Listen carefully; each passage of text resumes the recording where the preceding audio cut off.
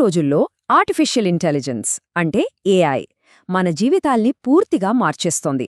అయితే ఒక ప్రశ్న, ఈ శక్తివంతమైన టెక్నాలజీ నియంత్రణ ఎవరి చేతిలో ఉండాలి? గూగుల్, మైక్రోసాఫ్ట్ లాంటి కొన్ని పెద్ద కంపెనీల చేతిలోనా, లేక మన అందరి చేతిలోనా?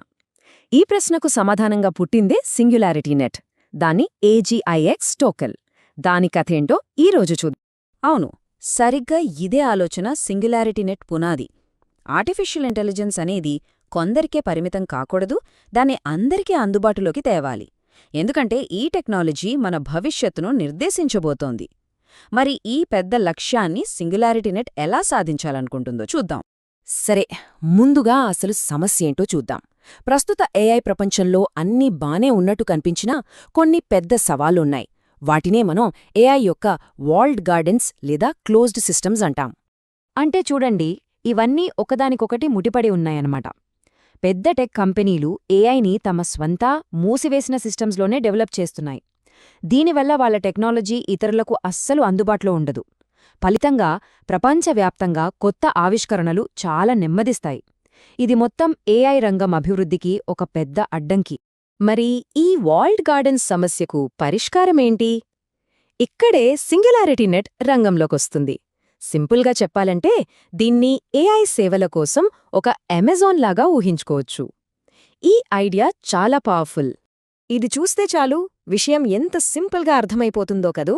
అమెజాన్లో మనం వస్తువుల్ని ఎలా అమ్ముతామో కొంటామో సరిగ్గా అలాగే సింగ్యులారిటీ నెట్లో డెవలపర్లు తమ ఏఐ సేవలను అమ్మొచ్చు, అవసరమైన వాళ్లు ఎవరైనా వాటిని కొనుక్కోవచ్చు.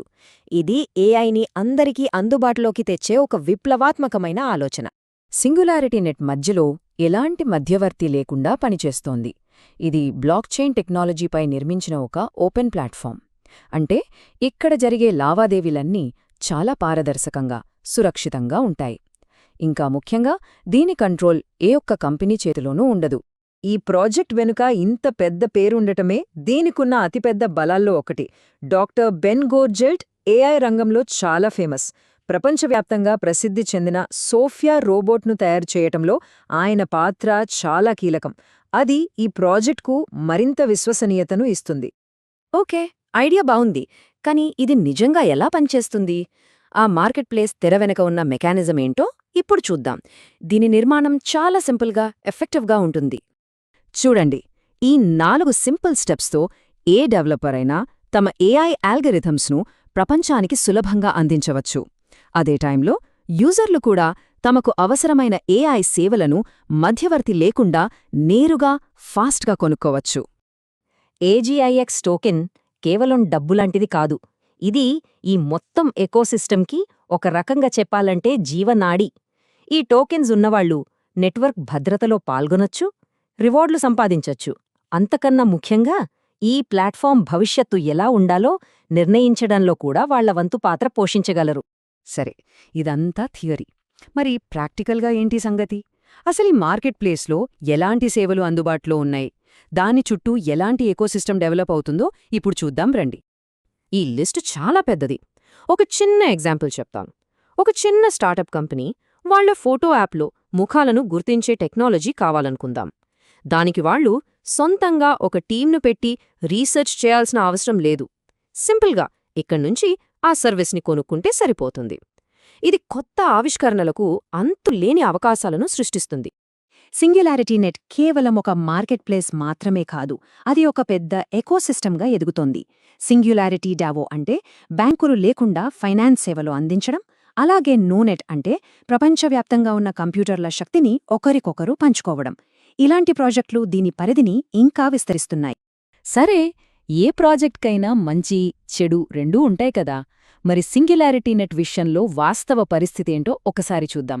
దీని బలాలేంటి, బలహీనతలేంటి అనేది బ్యాలెన్స్డ్గా పరిశీలిద్దాం.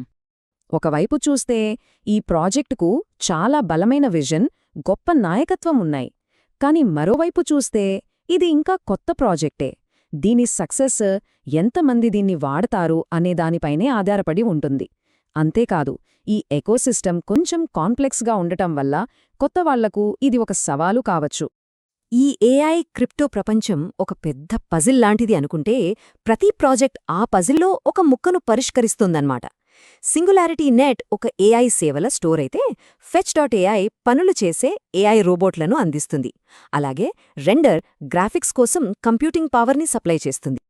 చివరిగా ఈ మొత్తం ప్రాజెక్ట్ను నడిపిస్తున్న అసలైన దీర్ఘకాలిక లక్ష్యమేమిటో చూద్దాం. ఇది కేవలం ఒక మార్కెట్ ప్లేస్ కంటే చాలా చాలా పెద్దది.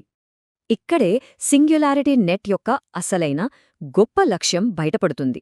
అదే ఏజీఐ అంటే ఆర్టిఫిషియల్ జనరల్ ఇంటెలిజెన్స్. సింపుల్గా చెప్పాలంటే మనలాగే ఆలోచించగల, నేర్చుకోగల ఒక సూపర్ ఏఐ అన్మాట.